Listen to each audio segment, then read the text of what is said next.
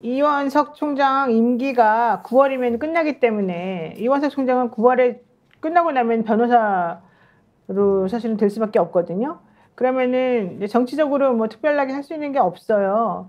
근데 본인이 곧 타임이 되면은 최상병 특검이 그때쯤 되면 윤곽이 조금 나올 가능성이 이제 있게 돼요. 지금 이제 5월이고 어쨌든 한 몇 달 안에 이게 이제 넘어가가지고 꾸리고 뭐 하고 그러면은 결론은 안 나오더라도 뭔가 나올 거거든요. 그런데 그때 타임에 정권에 부역하는 듯한 결과를 남겨놓고 자기가 떠난다? 그거는 상당히 본인에게 부담이 되는 거고요. 그래서 본인 얘기가 9월 달에 나 떠날 때 다 정리하고 나가겠다는 게 이제 그런 맥락이고, 또 하나는 명품백 수사한다는 명목으로 명품백만 수사하지 않겠다는 거예요. 도이치모터스 주가 조작이니 그 대통령 부인의 여러 가지 문제를 같이 한꺼번에 다 다루고 나가겠다는 거거든요. 근데 그렇게 해놓으면 이원석에게 좋은 게 이원석 총장이 엄청 거물이 돼버려요. 오히려. 이원석 총장은 오히려 그런 걸 또 좋아할 수도 있어요. 자기는 이제 검찰총장 끝나고 나서 뭐 대통령이 자기를 법무부 장관 시켜줄 것도 아니고. 그러면 향후 나중을 또 대비해야 되는 그런 부분들이 있거든요. 그리고 이원석 총장이 또 호남 출신이에요. 네.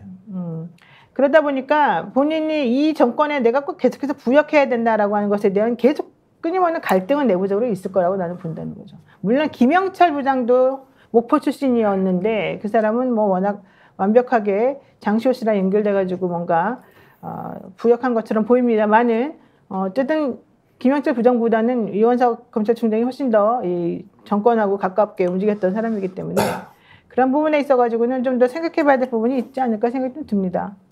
김영철은 이제 윤석열하고 특검제 4팀에 같이 속돼 있어가지고 그 당시 4팀이 이제 한동훈, 김영철, 윤석열, 박주성인데 여기는 같이 묶여 있어요. 네. 이거는 뭐 수사를 가면서 워낙 많은 조작 수사를 했기 때문에 이 팀이 묶여 있는데 지금 문제가 이제 한동훈하고 윤석열을 갈라서 버리니까. 그렇죠. 저는 이 둘이 뭐 외나무단에서 정면승부 본다는 건 말도 안 된다고 보고요. 뭐 같은 범죄 공동체인데. 근데 다만 둘이 자꾸 갈등 요소가 자꾸 외부로 표출되니까 엄청나게 불안해하고 있는 거야. 이 같이 이제 줄 서 있는 사람들 같은 경우가. 둘이 똘똘 뭉쳐가지고 지금 지켜야 될 것들을 뭐 은폐할 것들 너무 많은데 자꾸 들이받고도 하니까 저는 그런 부분들이 검찰의 이제 다른 특수검사들을 움직이게 하는 동력전이라고 봅니다. 그러니까 뭐 이런 식의 설명도 있어. 한동훈파, 윤석열파 그러는데 네. 그거 아니더라도 둘이 자꾸 들이받고 야, 이 정권은 큰일 나겠구나, 못 가겠구나 이렇게 판단을 자꾸 이제 준다는 거죠. 이 시간을. 그러니까 제가 보다 이제 특수부가 생존하는 방법이 수사를 통해 생존하는 거잖아요. 그렇죠. 그러니까 자기가 어떤 형태든지 정치적으로 유의미할 만한 사건들을 수사해가지고 그걸 별건 수사건 아니면 조작 수사건 만들어서 수사의 성과를 가지고 그 성과의 내용들을 정치적인 어떤 단위랑 딜을 하면서 생존을 해왔기 때문에 네. 검찰 내부에서 이 문제가 계속 윤석열 대통령의 뜻에 따라서 검찰이 가게 되면 검찰 특수부 미래가 아예 없는 거라면 한번 승부를 봐야 되는 거죠. 어떤 그렇죠. 형태로든지. 승부를 보려고 했는데 그냥 되는 게 아니라 계속 아래부터 치받아 올라왔었잖아요. 왜 수사 안 하냐. 우리 수사하면 안 되는데. 저는 그런 상황에서 이원석 검찰총장이 말씀하신 임기도 다 끝나가는 상황입니다만 계속 여기에 같이 가서 있는 것은 부역이 될 수밖에 없기 때문에 본인이 생존을 위한 하나의 선택을 한 거고 싸움은 이원석 검찰총장이 하는 게 아니라 특수부에 있는 남아있는 사람들이 하겠죠. 그렇죠. 예, 그럼 나오겠죠. 뭐가 하나씩 이제 쭉쭉쭉 밖으로 나오겠죠. 자, 이런 상황에서 김건희 특검이 이제 22대 국회에서 어쨌든 올라갈 거란 말이죠. 저는 이번에는 야당이 많기 때문에 대통령이 제2요구권을 또 행사한다 하더라도 어쨌든 통과는 될 것 같단 말입니다.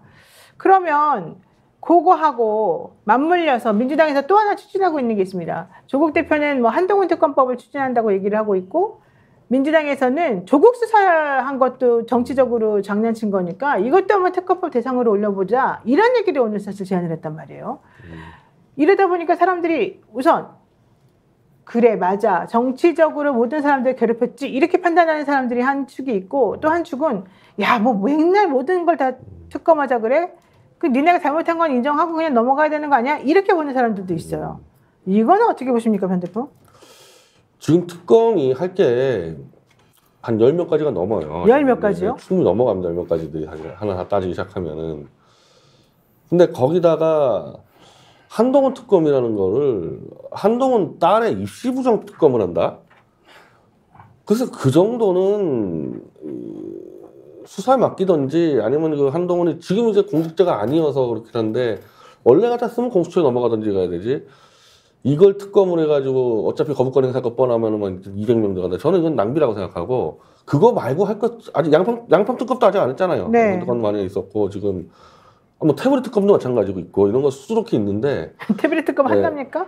근데 하지만 뭐 공수처가 지금 뭐 잡고 있는데 그러니까 제 말은 이제 훨씬 더 중요한 윤석열에 직결되는 범죄가 많은데 한동훈 딸 입시부장 특검을 한다. 그건 약간 설득력이 떨어질 것 같고 조국 수사 전방의 그 수사 전 조국 책을 다 읽었는데 조국의 시간을 무지하게 다 털어가지고 그 중에 한 10개 중에 하나 정도 슬쩍 기소해 나머지 9개는 그냥 언론프레가 끝나버렸거든요.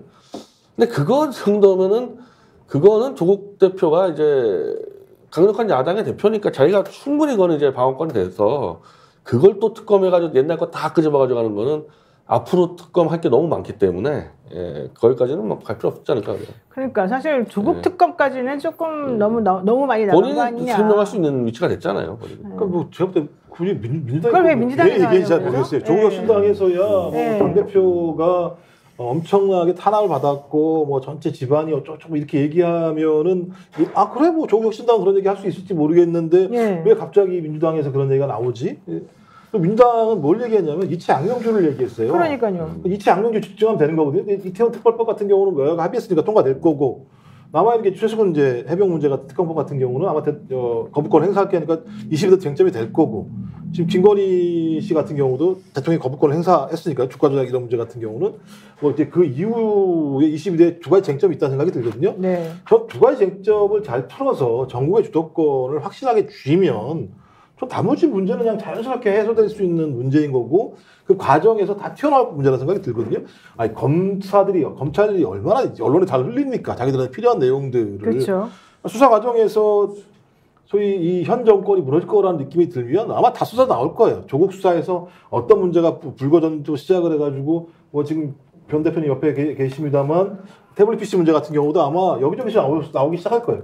그럼 그건 전체적인 정권이 무너지는 과정에서의 부대 증거들이 되는 거죠. 네. 근데 국민들이 분노하는 지점을 정확히 타겟팅해서 그 타겟팅을 가지고 정치권이 정치 효능감이 있게 해야 되는 거죠. 이태원 특별법에 대해서 최수근 해병 특검법에 대해서 국민이 좋아했던 이유는 아 우리가 바라는 걸 정치권에 하네라고 하는 효능감 속에서 국민들이 좋아하는 거지 이것저것 다 모아서 니네들 생각하는 거 다 해라고 얘기하는 건 제가 볼 때는 국민들의 총선 민의와도 약간은 좀 어긋나는 측면이 있어서 집중하실 필요가 있다 이런 생각을 근데 합니다. 이 얘기 갑자기 스픽스가 말하는 언론입니다. 대세는 유튜브, 그중에서 스픽스.